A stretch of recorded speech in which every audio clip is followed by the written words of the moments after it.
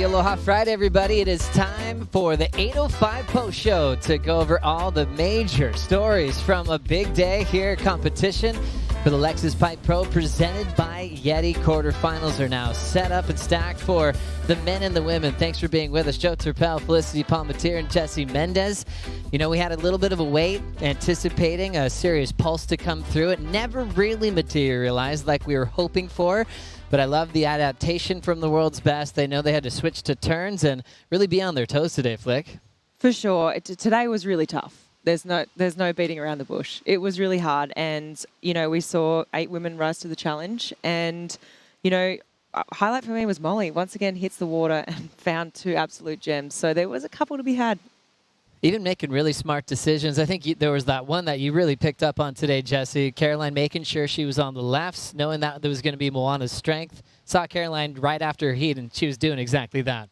Totally minimize your opponent's advantage on you, I guess. Moana obviously being the best two-breader ever out here at Pipeline, so she identified that before the heat probably, and it was right when the swell was kind of picking up, so we actually started seeing some lefts, and she actually got the only chew that actually had a potential of a barrel, and yeah, maximize on it. Well, the way we started the day wasn't really what surf fans had planned or the Moore camp had planned.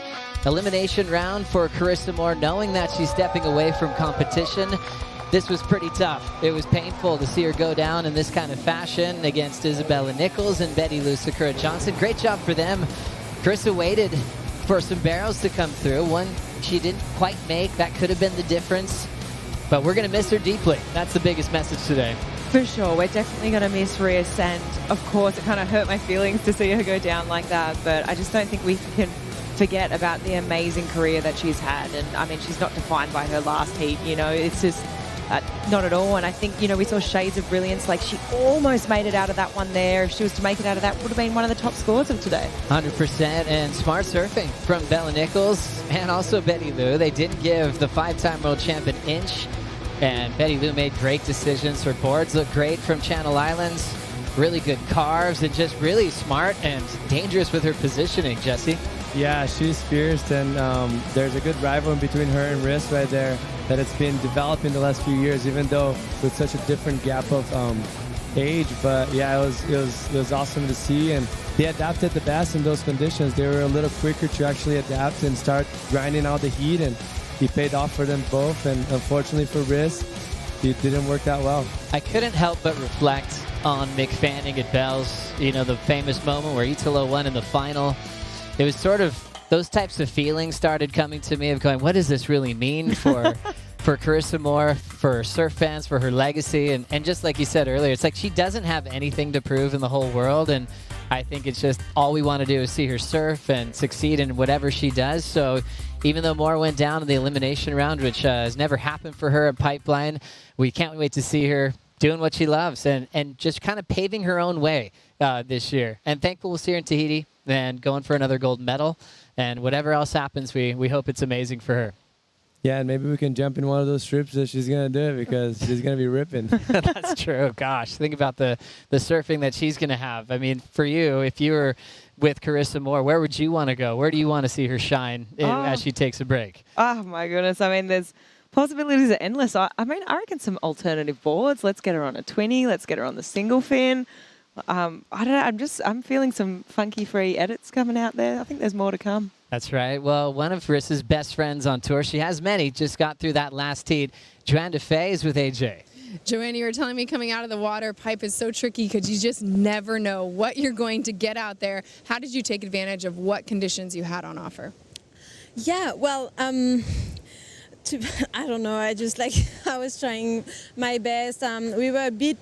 It's just the conditions have changed. The swell, we can feel like the swell's coming in. And I saw also Molly get the 2 bombs. I was right next to her. She was paddling back. She was like, oh, I feel so bad. This is so wrong. Because, you know, we're like not in the same. Anyway, she was funny. And so, yeah, I mean, with an 8-pound and a barrel, you're like, okay, maybe I get one like this. You know, you think in your head and then time is going and then I don't know, you have a 3 point, so you're like, okay, I need to do something. So I went back to turn and, you know, like more the picky ones. So yeah, it's just, I don't know, the direction, everything is a bit hard. in the water at pipe, and I obviously don't have so much experience out there, so my mind just keeps saying, okay, what are you doing? What are you supposed to do now? But yeah, just happy to make it, I guess.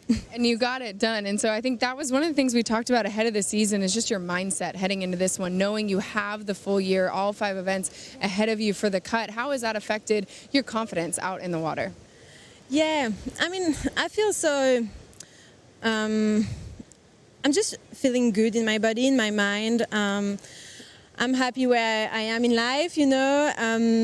My competitions last year was just different, exactly when I missed 3 events, and I kind of felt like I missed the train, you know, and so it was hard to find like the right motivation, and kind of realized that if I didn't have that result pressure, I was maybe not performing at my best. But yeah, I'm just happy to start a new year. You know, it's a new story, and obviously happy to make the quarters. As you should be. Do you have anything you want to say to friends and family back home? Oui, merci beaucoup à tout le monde qui regarde. Merci aux Français qui sont sur la plage ici, c'est cool. Et ouais, vraiment, juste merci. Je sais que c'est la nuit. Bonne journée à tous et merci. Congratulations. See you tomorrow. Merci. Thanks. Thank you so much, AJ and Joanne DeFay. Flick, can you translate for us? She said she's going to go and smash Molly tomorrow. Wow, did Yeah, she? she did. You heard it here. Seriously? No, I can't speak a word of French at all. I don't know what she said. Really impressed by that. But it was interesting to know what that feels like for a competitor like Joanne DeFay, who's won a lot of events in her career.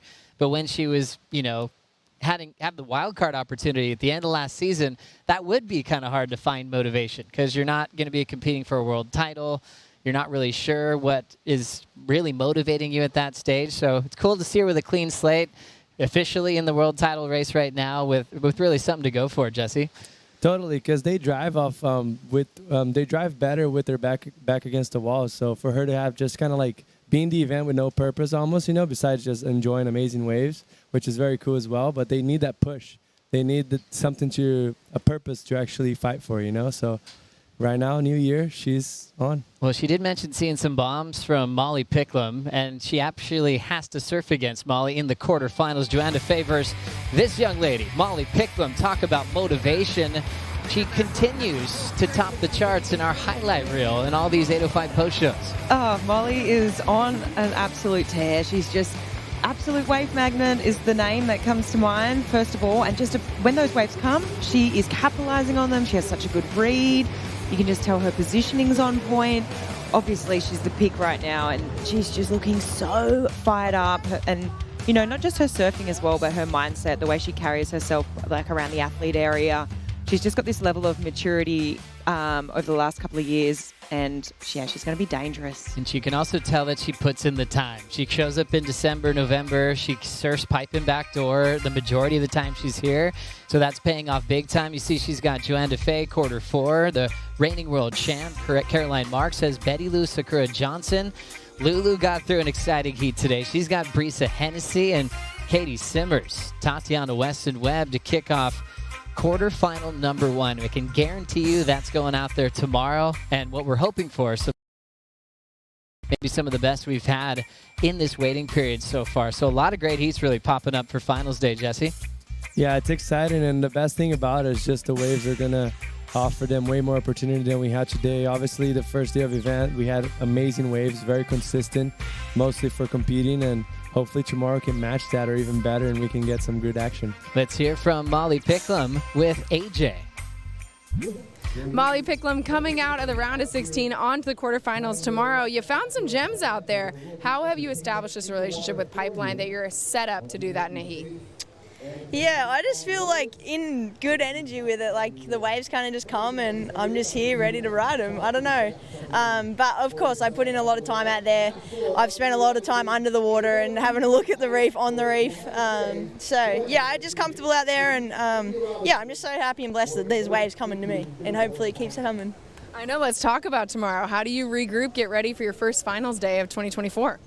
It's good. I'm ready. I'm just each heat. I don't know. It's super cliche for sure that every heat just take it as it comes, but I don't know what we're going to wake up to tomorrow. I think hopefully it's good waves. I feel like it will be. Today's conditions are really nice, and yeah, I don't know. Some bigger barrels will be sick.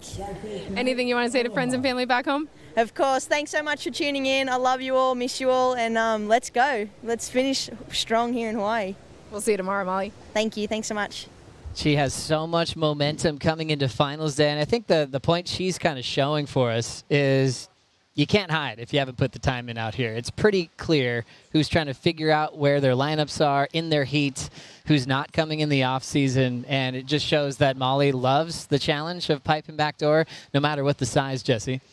Yeah, there's a lot of steps that you got to take here. You got to start from the bottom and gain your confidence up, and she's been doing that, and it just shows. Like, in my opinion, she's the best backdoor woman surfing right now. Like, she is just able to every heat, every time she's out there, find gems, and she's, doing great. Yeah, it's big, too, with some big names already out of the event, from the past champs that we've had the last few years. This is a huge opportunity for Molly Picklum. For sure. It's a massive opportunity for Molly. It's also a massive opportunity for someone like Caroline. I was talking to her after her heat, and I said, wow, there's some big names out of this draw. You just beat Moana, like going into finals day. That's massive. And I think finals day is going to be probably the best day of our whole waiting period. So, yeah, there's opportunity to capitalize for sure. Looking forward to some big heats. Quarterfinal matchups look really exciting, especially for Tatiana Weston Webb taking on Caitlin Simmers. Katie already saying she's happy that she didn't start off like she did last year, but taking on Tati, break down the favorite in this heat, Flick. What do you think seeing here? Oh, I mean, easy to say that, Katie could be a favorite because she was in that final five sort of conversation. She's looked really calm. She's looked really connected. However, I mean, my favourite is actually Tati because she's just put so much time into Waves of Consequence. I know she's sort of like got that bull at a gate mentality where she just wants to go. And with tomorrow picking up a lot more, I like Tati's chances. And I feel like she hasn't had her moment yet out here at Pipe. I feel like I just feel like Tati is my pick for sure. I like it. Even if it's more backdoor and a bit bigger, are you still going with Tati in that one? Look, that's tough because Tati the other day, 2 days ago, we saw her pull into one on her backhand and she threaded that thing so well. There wasn't an exit, but the way she did that and her technique and just her attitude of going and charging and having sort of no fear, I don't know. I've got a good feeling. I like it. I like it, Flick. Another great quarterfinal heat to watch, and we'll see if Caroline Marks can hang on to that yellow jersey. She's going to be surfing against Betty Lou Sakura Johnson, Jessie Mendez. Who's the favorite here? I think it really depends on what the conditions are when we wake up.